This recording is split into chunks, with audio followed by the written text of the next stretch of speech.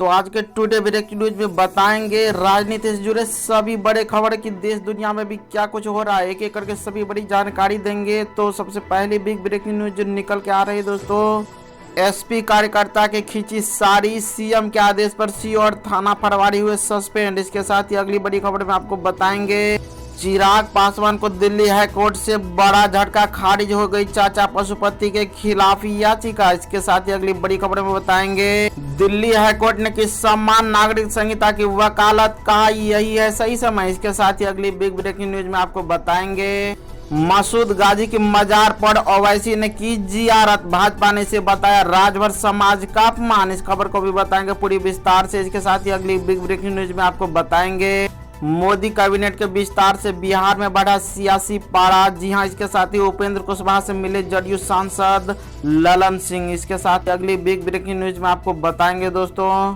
कि भाजपा पर बोले राकेश टिकैत बहुत धार्मिक पार्टी है, इससे बड़ा कर्मकांड कोई नहीं कर सकता। इसके साथ ही अगली बड़ी खबर में आपको बताएंगे दोस्तों कि भविष्य में किस ओर जाएगा किसान आंदोलन, राकेश टिकैत ने 2 अहम बयानों से किया बड़ा इशारा। तो आइए अब एक एक करके बड़ी खबरों को बताते हैं, वो भी विस्तार से। एसपी कार्यकर्ता की खींची गई साड़ी, सीएम के आदेश पर सी और थाना प्रभारी हुए सस्पेंड। जी हां दोस्तों, आपको बता दें उत्तर प्रदेश में पंचायत चुनाव के दौरान कई जगह हिंसा की घटना पेश आई है। यहां तक कि सूबे के लखीमपुर खीरी में समाजवादी पार्टी नेता अनिता यादव के साड़ी खींचे जाने की अशोभनीय घटना भी सामने आई है। फिलहाल मामले में बीजेपी सांसद रेखा वर्मा के रिश्तेदार की गिरफ्तारी की गई है। सीएम के आदेश पर सी और थाना प्रभारी को भी सस्पेंड कर दिया गया। मामले पर सपा अध्यक्ष अखिलेश यादव ने कहा लखीमपुर में एक बहन का अपमान हुआ है, बीजेपी से ऐसी गुंडागर्दी की उम्मीद भी नहीं थी। प्रशासन गुंडों के साथ खड़ा, ये चुनाव नहीं जीत सकते हैं तो इस तरह की गुंडागर्दी कर रहे हैं। जो हुआ है सीएम के इशारों पर हुआ। यूपी की जनता सबक सिखाएगी, मायावती से कुछ नहीं कहना है। लेकिन बहुजन समाज पार्टी सुप्रीमो मायावती ने शुक्रवार को कहा कि उत्तर प्रदेश पंचायत चुनाव में पहले जिला पंचायत अध्यक्ष और अब ब्लॉक प्रमुख के चुनाव में भारतीय जनता पार्टी द्वारा कथित तौर पर सत्ता और धनबल का घोर दुरुपयोग तथा हिंसा की घटनाओं में राज्य में समाजवादी पार्टी के शासन की अनेक यादें ताजा कराती है। मायावती ने ट्वीट कर आरोप लगाया उत्तर प्रदेश पंचायत चुनाव में भाजपा द्वारा पहले जिला पंचायत अध्यक्ष व ब्लॉक प्रमुख के चुनाव के दौरान भी सत्ता एवं धनबल का घोर दुरुपयोग तथा हिंसा घटनाएं सपा शासन की अनेक यादें ताजा कराती। इसलिए बसपा ने इन दोनों चुनावों को नहीं लड़ने का फैसला किया है। चिराग पासवान को दिल्ली हाईकोर्ट से बड़ा झटका, खारिज हो गई चाचा पशुपति के खिलाफ याचिका। जी हां दोस्तों, दिल्ली हाईकोर्ट ने शुक्रवार को लोक जनशक्ति पार्टी के एक बड़े नेता चिराग पासवान की उस याचिका को खारिज कर दिया जिसमें उन्होंने लोकसभा अध्यक्ष ओम बिरला द्वारा पशुपति कुमार पारस को सदन में पार्टी के नेता के तौर पर मान्यता देने को चुनौती दी थी। साथ ही जस्टिस रेखा पल्ली ने कहा मुझे इस याचिका में कोई दम भी नजर नहीं आ रहा। अदालत इस मामले में चिराग पर जुर्माना लगाना चाहती थी, लेकिन उनके वकील का अनुरोध करने के बाद उसने ऐसा नहीं किया। याचिका में लोकसभा अध्यक्ष के 14 जून के परिपत्र को रद्द करने की मांग की गई थी जिसमें चिराग के चाचा पारस का नाम लोकसभा में लोजपा के नेता के तौर पर दर्शाया गया था। मसूद गाजी की मजार पर ओवैसी ने की जियारत, भाजपा ने इसे बताया राजभर समाज का अपमान। जी हां दोस्तों, आपको बता दें उत्तर प्रदेश चुनाव की उल्टी गिनती शुरू हो गई है। राज्य में सत्तारूढ़ भाजपा सहित सभी छोटे बड़े दलों ने अपनी तैयारियां शुरू कर दी है।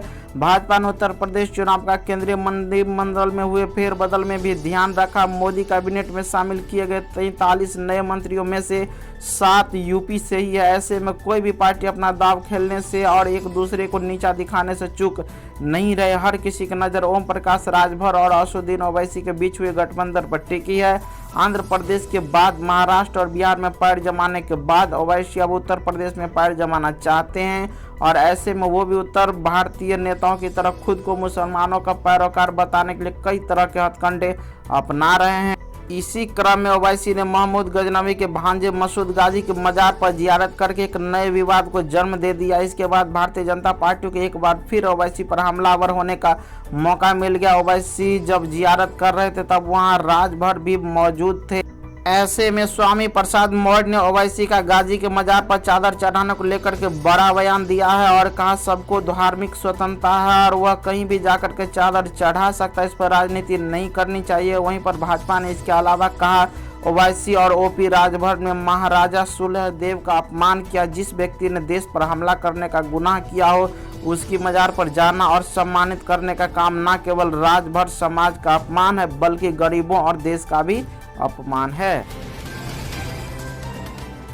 मोदी कैबिनेट के विस्तार से बिहार में बढ़ा सियासी पारा। उपेंद्र कुशवाहा से मिले जदयू सांसद ललन सिंह। जी हां दोस्तों, आपको बता दें मोदी मंत्रिमंडल में विस्तार के साथ ही सियासी नफा नुकसान के गणित को समझने और समझाने का सिलसिला शुरू हो गया। वहीं दूसरी तरफ मंत्री बनने की चाहत रखने वालों को जब निराशा हाथ लगी तो इसका असर भी अब दिखना शुरू हो गया। दरअसल मोदी कैबिनेट के विस्तार के साथ ही बिहार का सियासी पारा भी चढ़ चुका है। एनडीए में साथ रहने के बावजूद भी 2 साल तक मोदी कैबिनेट में शामिल नहीं होने वाली जनता दल यूनाइटेड अब अचानक मंत्रिमंडल में शामिल हो गई है। जेडीयू अध्यक्ष आरसीपी सिंह मोदी कैबिनेट में मंत्री बनाए गए हैं। ऐसे में अब ये सवाल उठाया जा रहा है कि आखिर 2019 में जदयू से एक मंत्री बनाए जाने पर नीतीश कुमार ने सांकेतिक भागीदारी से इनकार कर दिया था और अब उसी स्थिति में नीतीश कुमार क्यों और कैसे मान गए।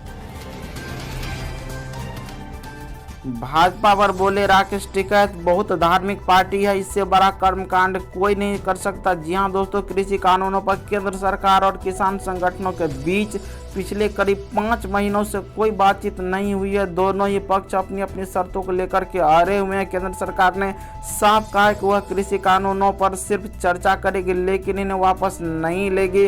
उधर किसान नेताओं का कहना है कि कृषि कानून वापस लाने पर ही हल निकल सकता है। इस बीच भारतीय किसान यूनियन के नेता राकेश टिकैत ने एनडीए का नेतृत्व कर रहे भाजपा पर तंज कसते हुए कहा कि यह बहुत धार्मिक पार्टी है, इससे बड़ी कर्मकांड वाली पार्टी कोई नहीं है। साथ ही आपको बता दें, एक न्यूज चैनल को दिए इंटरव्यू में राकेश टिकैत ने जिला पंचायत और ब्लॉक प्रमुख चुनावों को लेकर भाजपा पर इशारों में धांधली का आरोप लगाया और जब एंकर ने पूछा कि क्या टिकैत भाजपा पर निशाना लगा रहे तो उन्होंने तंज कसते हुए कहा कि बहुत धार्मिक पार्टी है, बिल्कुल धर्मवाद पर चल रही, कुछ करती ही नहीं। उन्होंने कहा इससे बड़ा कर्मकांड नहीं हुआ कहीं जितना बड़ा यूपी में हुआ है। भविष्य में किस ओर जाएगा किसान आंदोलन, राकेश टिकैत ने 2 अहम बयानों से किया बड़ा इशारा। तो आपको बता दें दोस्तों, तीनों कृषि कानूनों की पूरी तरह से रद्द करने की मांग को लेकर के सिंदूर, टिकरी, शाहजहांपुर और यूपी बॉर्डर पर चल रहा किसानों का आंदोलन 7 महीने बाद अब भी जारी। चारों बॉर्डर पर सैकड़ों की संख्या में किसान प्रदर्शन में जुटे हैं और उनका कहना है कि तीनों केंद्रीय कृषि कानूनों को पूरी तरह रद्द नहीं होने तक वह यहां पर डटे रहेंगे। उधर भारतीय किसान यूनियन के राष्ट्रीय प्रवक्ता राकेश टिकैत के 2 बड़े बयान यह बता रहे कि फिलहाल आंदोलन जारी रहेगा। पहले बयान में उन्होंने कहा कि यूपी समेत अन्य राज्यों में भी 1 अगस्त से प्रदेश में बड़ा आंदोलन होगा। वहीं केंद्रीय कृषि मंत्री नरेंद्र सिंह तोमर के बातचीत के प्रस्ताव पर राकेश टिकैत ने 2 टूक में कहा कि कृषि मंत्री फिर से बातचीत के लिए शर्तें लगा रहे जो संयुक्त किसान मोर्चा समेत अन्य किसान संगठनों को मंजूर नहीं। साथ ही किसान मोर्चा के आह्वान पर किसान प्रदर्शनकारियों ने दिल्ली, एनसीआर समेत देश भर में पेट्रोल, डीजल और रसोई गैस के दामों में बेतहाशा वृद्धि के विरोध में प्रदर्शन किया। वहीं कृषि कानून विरोधी प्रदर्शनकारियों ने बृहस्पतिवार को यूपी गेट पर महंगाई के खिलाफ प्रदर्शन भी किया। सुबह 10 बजे से लेकर के 12 बजे तक सड़क के किनारे रसोई गैस सिलेंडर रखकर विरोध जताया। वहीं भारतीय किसान यूनियन के राष्ट्रीय प्रवक्ता राकेश टिकैत ने संगठन के पदाधिकारियों के साथ बैठक भी की। उन्होंने कहा कि 1 अगस्त से सीमा के साथ प्रदेश भर में आंदोलन चलेगा। राकेश टिकैत ने कहा कि 11 जुलाई से मंगलवार बैठक का तैयारी होगी और 1 अगस्त से प्रदेश में बड़ा आंदोलन होगा। तो कुछ ये अमेजिंग न्यूज़ वीडियो था आपके लिए दोस्तों। तो हम फिर मिलते हैं अमेजिंग न्यूज़ वीडियो के साथ, तब तक के लिए बाय बाय।